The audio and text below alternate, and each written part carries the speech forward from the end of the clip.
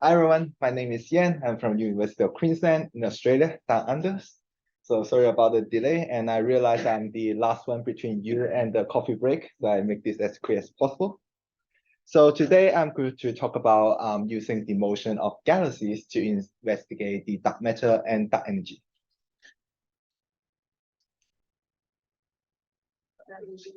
Maybe you have to click again on the screen Once. with the mouse. Let's see. Try now. Oh, okay. Thank you. Okay. So we know the most successful model so far of our universe is called the lambda CDM model. Lambda is a cosmological constant, and CDM stands for cold dark matter. So the latest research has shown only 5% of the universe is made out of the ordinary matter, while the rest 95% are made out of the unknown dark matter and dark energy. In addition to the lambda CDM model, several other theories has been proposed to explain dark matter and dark energy, one of them being a new theory of gravity. So for example, in modified Newtonian dynamics or MOND, it explains dark matter by changing this strength of gravity at different scales. Similarly, in some other modified gravity theory, it can explain dark energy by changing the Einstein field equation. Despite the success of the lambda CDM model, the latest research has shown that the constraint of some cosmological parameters within the model doesn't agree with each other from early and late universe measurements. On the left-hand side, you can see the measurement of the Hubble parameter, which is the expansion rate of our universe. And you see the late universe measurements are consistently higher than the early universe measurement. So, and the discrepancy between them has reached around a 4 sigma level. On the right-hand side, I show the measurement of the sigma A parameter, which quantifies the clustering in the of our galaxies. And again, you can see the early universe measurement in the gray contour here is in tension with the various low redshift measurements. Now, the underlying cause for this tension is still unknown. People suggest this could be a statistical fluke, a new model, the breakdown of our current model, or some unknown systematic errors.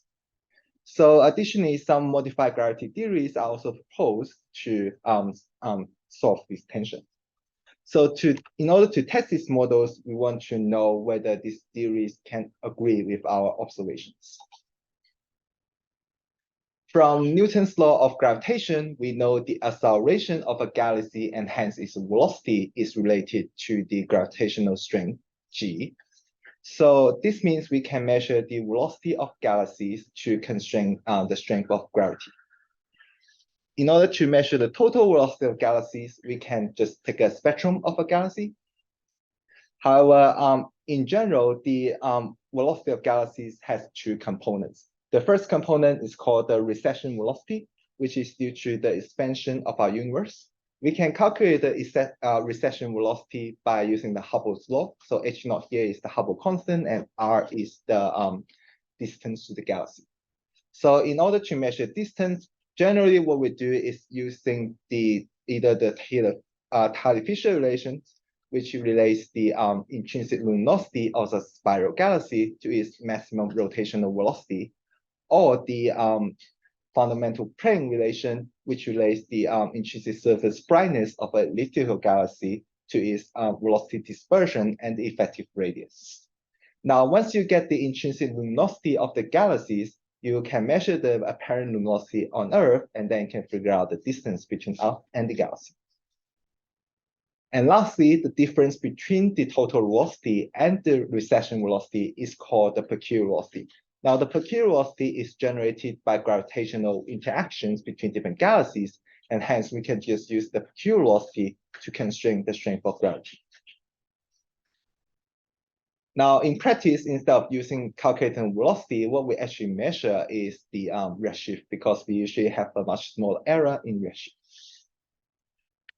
And different to the gravitational constant g, we measure a parameter called the growth rate of structure, or f sigma a.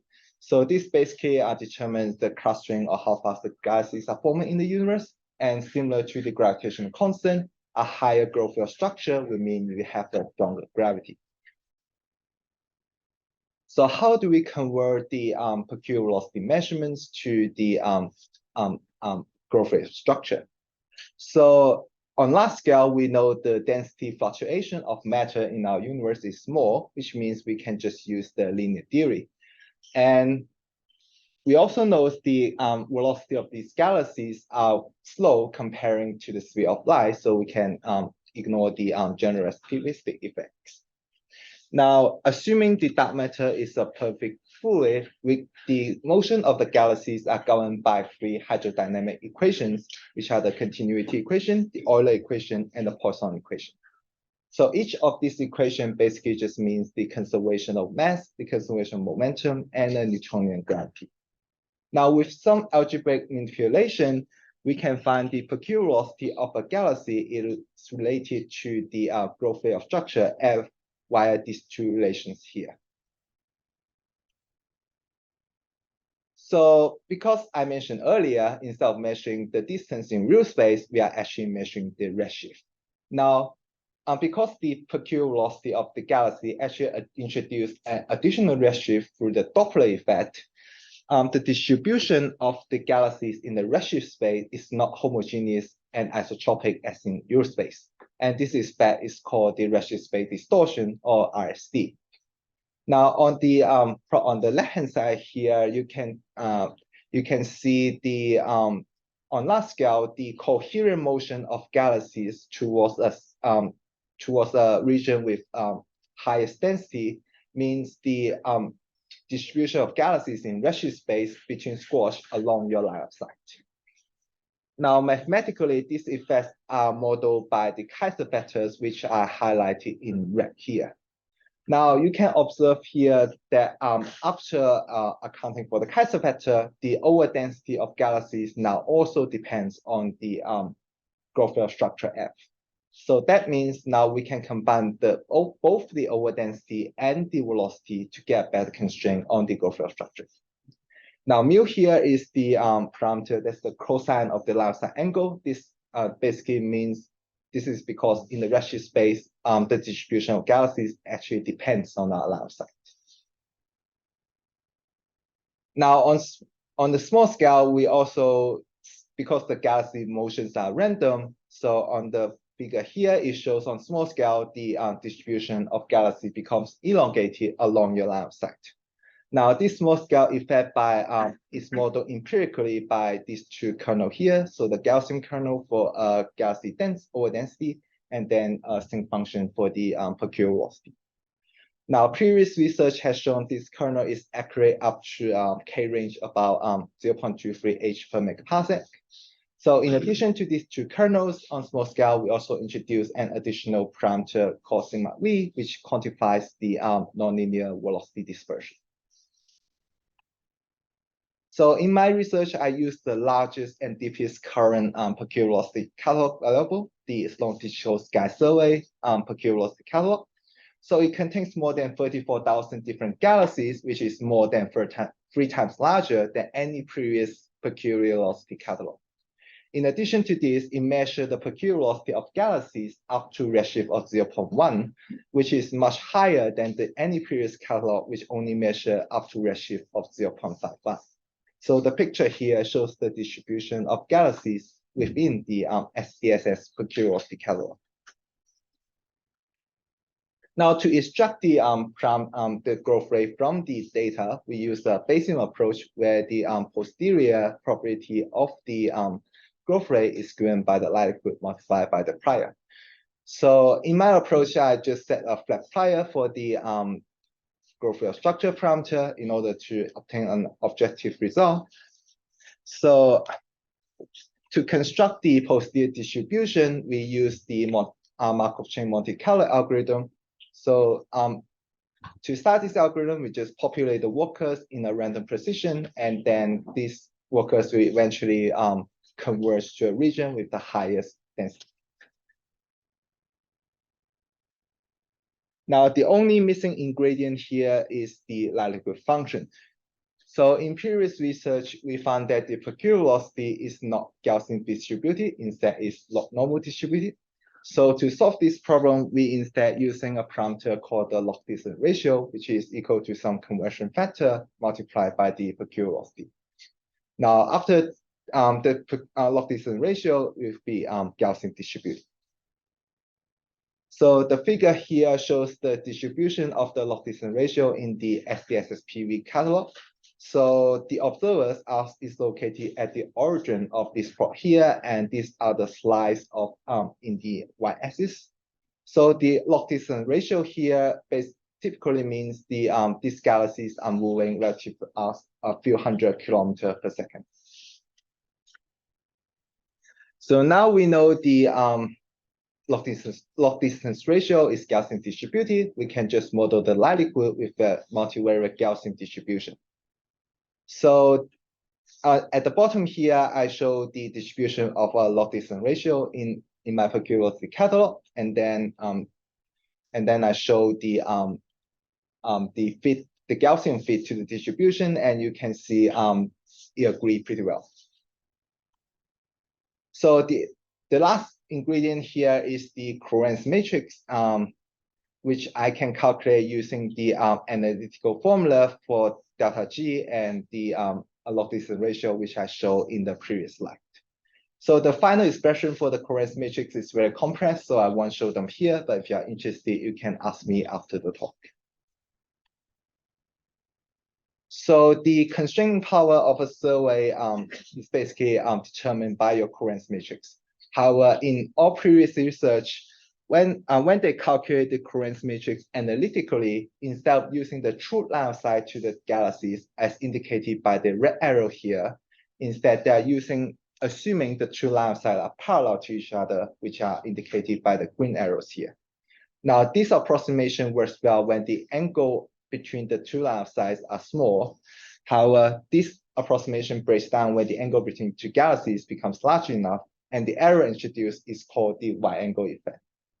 Now, to account for this y-angle effect, I calculate the covariance matrix analytically using the true line of sight, so the red arrows instead of the parallel line of sight, the green arrows here. So additionally, I also account for the data systematics by adding them to the covariance matrix. Now, I mentioned before the SDSS peculiar velocity catalog contains 34,000 galaxies. Now, that means your covariance matrix is very big. Now, during the likelihood evaluation, you need to calculate the inverse of your covariance matrix, which now becomes the bottleneck of your algorithm. Now, to solve this problem, what I did is to first use the optimization algorithm to figure out the maximum likelihood point, and then use the second order Taylor expansion to interpolate the likelihood value during the MCMC. So the plot here shows after using the second order Taylor expansion, your matrix size is dramatically reduced, which means your algorithms can now run much faster.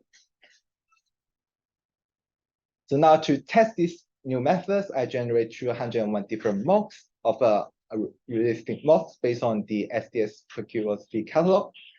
And then the results shown on the right-hand side are comparing the constraint of F sigma A using the Taylor expansion and with the MCMC algorithm. And you can see that the constraint I got with the Taylor expansion is consistent with the MCMC. However, using the Taylor expansion is more than 30 times faster than using the likelihood. Lastly, this plot here shows the distribution, shows the constraint I got for all 201 different mocks. So the x-axis is the best fit F sigma A, and the y-axis is the relative uncertainty. And the dashed lines are the data. So as you can see here, the data is within the region with the mocks. And the color bar here shows the reduced chi-square. And you can see for most of the mocks, the reduced chi-square is fairly close to 1, which indicated my new model is a good fit to the mocks. So on the right-hand side here, I show the constraint I got with the SDSS peculiar velocity catalog. So the dashed line here is the prediction from the general relativity. And you can see, although the best fit is slightly lower than what we expected, the constraint is still consistent with the lambda CDM model within 1 sigma. Now, comparing to the previous research, my new result is able to give a massive reduction in systematic error. So without this, if you look at the relative statistical uncertainty, that means for future surveys, without this reduction in systematic error, they will become systematic dominated. Now here is a compilation of different measurements of F sigma A, and you can see my measurement at low redshift is on there, and you can see this is consistent with other low redshift measurements and consistent with the prediction from lambda CDM as well. So in the future, the dark energy spectroscopic instrument, or DESI, and 4HS is able to provide more than an order of magnitude more measurement on the peculiar velocity. In addition to this, we can also obtain a more accurate distance measurement using the type 1a supernovae or the gravitational wave.